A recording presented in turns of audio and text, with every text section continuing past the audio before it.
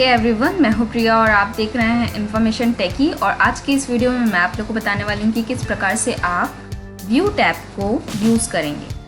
View tab में बहुत सारी इंपॉर्टेंट चीज़ें होती हैं जो कि हमको नहीं पता होता है, जैसे कि आप देख होंगे मैक्रोज, स्विच विंडोज़ और भी बहुत सारी चीज़ें हैं इसमें।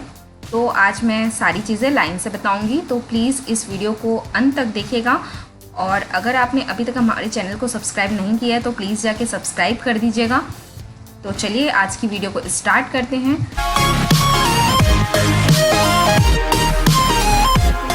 अब आप देख रहे होंगे सामने में व्यू टैब। व्यू टैब के अंदर में बहुत सारे ग्रुप्स हैं, जैसे कि document views, show hide, zoom, Windows और मैक्रोज। ठीक है, तो आज की वीडियो में हम सारी चीज़ें लाइन से देखने वाले हैं। व्यू टैब के अंदर में सबसे पहला जो ग्रुप होता है वो है डॉक्यूमेंट व्यूज़, जिसमें 5 टाइप के डॉक्यूमेंट व्यूज़ होते हैं। इसका मतलब ये हुआ कि आप अपने इस डॉक्यूमेंट को किस प्रकार से देख सकते हैं। तो MS वर्ड में 5 प्रकार से आप अपने पेज को देख सकते हैं। तो सबसे पहला जो है वो प्रिंट लेआउट है।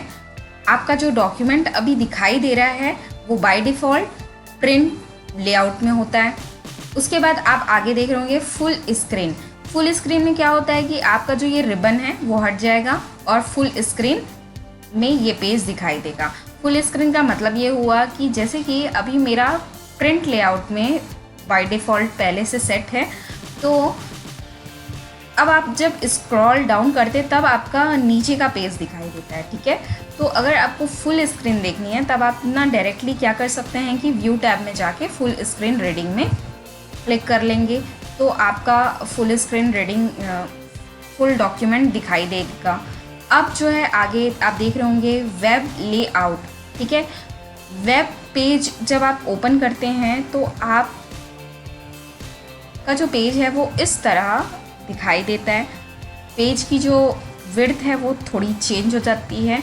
तो अब अगर मैं वेब लेआउट में क्लिक करती हूँ तो आप देख रहे होंगे कि ये वेब जैसा पेज हो जाता है। ठीक है, तो फिर से मैं प्रिंट लेआउट में कर लेती हूँ।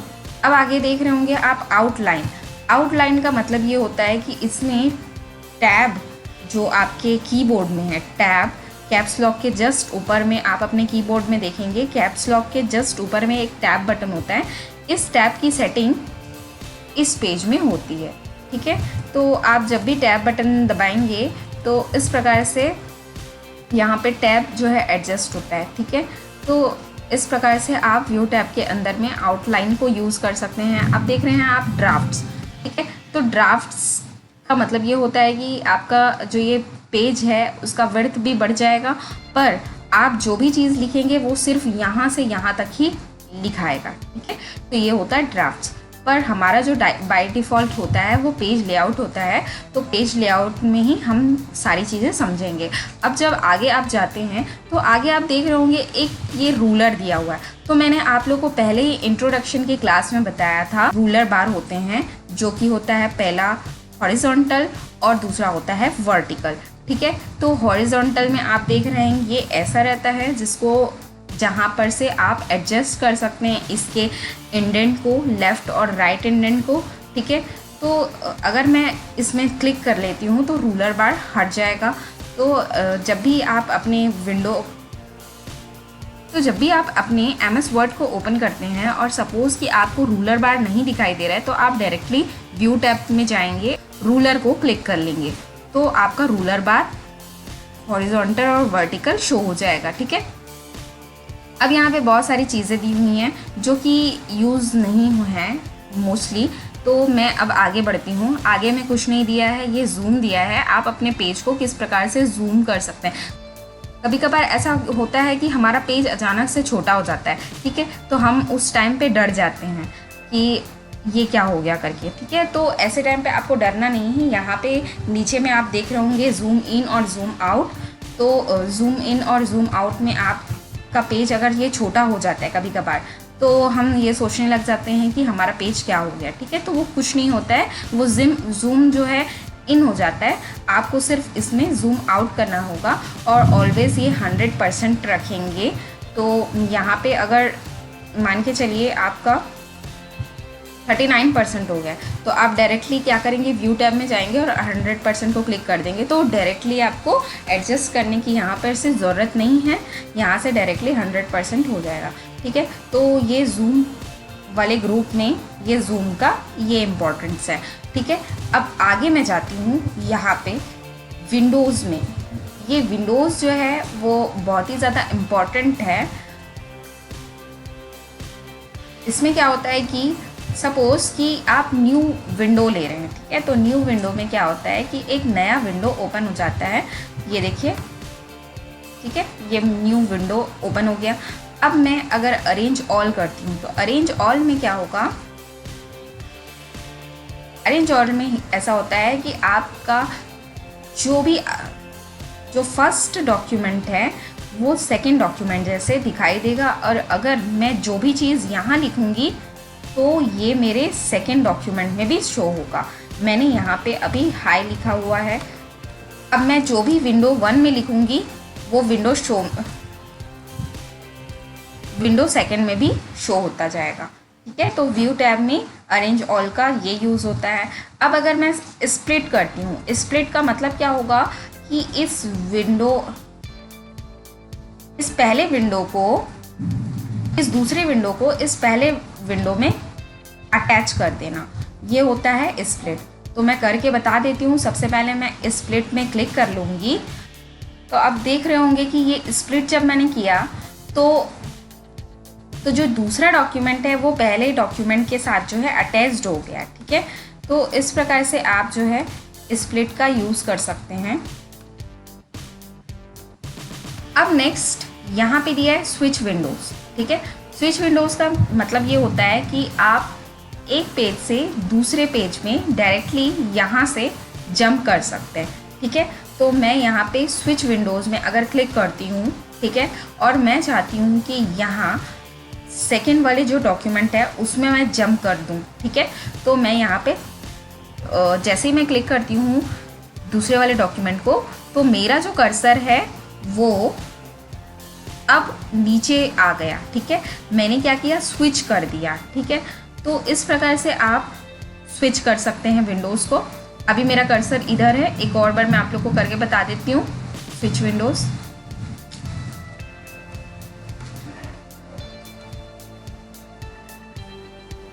ठीक है। अब आप आगे देख रहे होंगे एक मैक्रोज दिया हुआ है।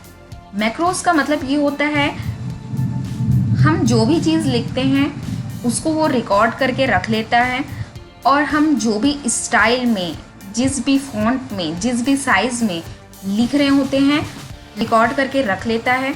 और जब भी हम same font, same size use करना चाहते हैं, ठीक है, और जो स्टाइल में हमने लिखा है वो चीज़ को आप दोबारा से यूज़ कर सकते हैं। ठीक है, तो यहाँ पे मैं फिर दोबारा से व्यू टैब में जाती हूँ और मैक्रोज को यूज़ करती हूँ। ठीक है, तो मैक्रोज में जैसे ही आप यहाँ पे एक ब्लैक एरो दिया हुआ है जिसको मैं ड्रॉप डाउन लिस्ट बोलूँगी, उसमें व्यू मैक्रोज दिए हैं और रिकॉर्ड मैक्रोज दिया हुआ है। ठीक है, तो अभी तक मैंने एक भी मैक्रोज नहीं बनाए हैं, तो यहाँ पे मैं क्या कर लेती हूँ, रिकॉर्ड मैक्रोज में क्लिक कर लेती हूँ। ठीक है, तो यहाँ पे मैं रिकॉर्ड मैक्रोज में क्लिक कर लूँगी। अब आप देख रहे होंगे यहाँ पे मैक्रो नेम, तो मैक्रो नेम जो है मैक्रो 4 ही मैं रखती हूँ।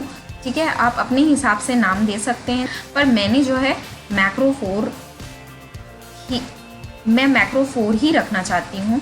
अब आप नीचे आएंगे तो नीचे में 2 ऑप्शन दिए रहेंगे, जिसमें से बेटर ऑप्शन ये होगा कि आप कीबोर्ड को यूज़ करें। कीबोर्ड का मतलब क्या होता है कि यहाँ पे आप खुद से अपना एक शॉर्टकट की बना सकते हैं। ठीक है, खुद से शॉर्टकट की बनाने का मतलब ये हुआ कि सपोज़ आप Ctrl+C अगर दबाते हैं तो वो फंक्शन जो होता है वो कॉपी के लिए होता है, और जब आप Ctrl+S दबाते हैं तब आपका डॉक्यूमेंट सेव हो जाता है। अगर आप Ctrl+V करते हैं तो उससे क्या होता है कि आपका डॉक्यूमेंट, आप जो भी कॉपी करे हैं वो पेस्ट हो जाता है। ठीक है, तो इस प्रकार से आप अपना खुद का एक शॉर्टकट की बना सकते हैं, जिसमें आप अपने हिसाब से जो भी आपने रिकॉर्ड किया है उस शॉर्टकट की को जब आप क्लिक करते हैं, जब भी आप उस शॉर्टकट की को प्रेस करेंगे तो वो जो आपने वर्ड लिखा था वो बार बार आ जाएगा। ठीक है, ये बिल्कुल कॉपी की तरह फंक्शन होता है, पर इस चीज़ का बस इसका यूज़ कुछ अलग है। ठीक है, तो यहाँ पे आपने खुद का एक शॉर्टकट की क्रिएट करना है। तो खुद का शॉर्टकट की क्रिएट करने के लिए आप क्या करेंगे कि मैं सपोज़ कर लेती हूँ Ctrl+Alt+A। ठीक है, और देख लेती हूँ कि ऐसा टाइप का कोई शॉर्टकट की और तो नहीं है। ठीक है, तो असाइन कर लूँगी मैं इसका। तो जैसे ही ये असाइन का मतलब ये हुआ कि इस टाइप का कोई शॉर्टकट की नहीं है, आप इसको ले सकते हो, इस शॉर्टकट की को ले सकते हो। ठीक है, तो मैं यहाँ पे क्लोज कर लूँगी। अब मैं मैक्रोज में जाती हूँ, आपका मैक्रोज जो है चल रहा है। ठीक है, तो अब यहाँ पे मेरा जहाँ पर से कर्सर स्टार्ट है वहाँ से वो रिकॉर्डिंग करना स्टार्ट कर देगा। ठीक है, तो मैं यहाँ पे किसी भी स्टाइल में लिख लेती हूँ। सपोज़ कि होम में जाती हूँ और अपने स्टाइल में बोल्ड, इटैलिक और फॉन्ट का जो साइज़ है वो चेंज कर लेती हूँ। साइज चेंज, स्टाइल सब अपने हिसाब से कर लेती हूँ। ठीक है, और यहाँ पे मैं लिख लेती हूँ, ऐसे करूँगी। ठीक है, इंफॉर्मेशन की। ठीक है, ऐसे मैंने कर लिया, ऐसे कर लिया। एंटर मारना ज़रूरी है क्योंकि मैक्रो जो है यहाँ से रिकॉर्डिंग करना स्टार्ट किया, उसको एक एंड पॉइंट बताना पड़ेगा कि कहाँ पे वो एंड कर रहा है। ठीक है, तो ये यहाँ से स्टार्ट हुआ और यहाँ पे मैंने एंड कर दिया है। अब मैं फिर से व्यू में जाऊँगी और मैक्रोज में स्टॉप रिकॉर्डिंग कर दूँगी। ठीक है, अब जब मैं Ctrl+Alt+A जैसे ही मैं क्लिक करूँगी तो सेम स्टाइल, सेम फॉन्ट में जो भी मैंने लिखा है वो बार बार आप यूज़ कर सकते हो। ये मैंने एक मैक्रो बनाया।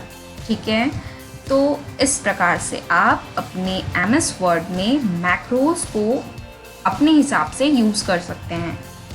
तो इस प्रकार से आप व्यू टैब के जितने भी ग्रुप्स हैं आप अपने हिसाब से यूज़ कर सकते हैं। तो आज के लिए बस इतना ही। अगर आपको ये वीडियो पसंद आया हो तो please like, share and subscribe. Thank you.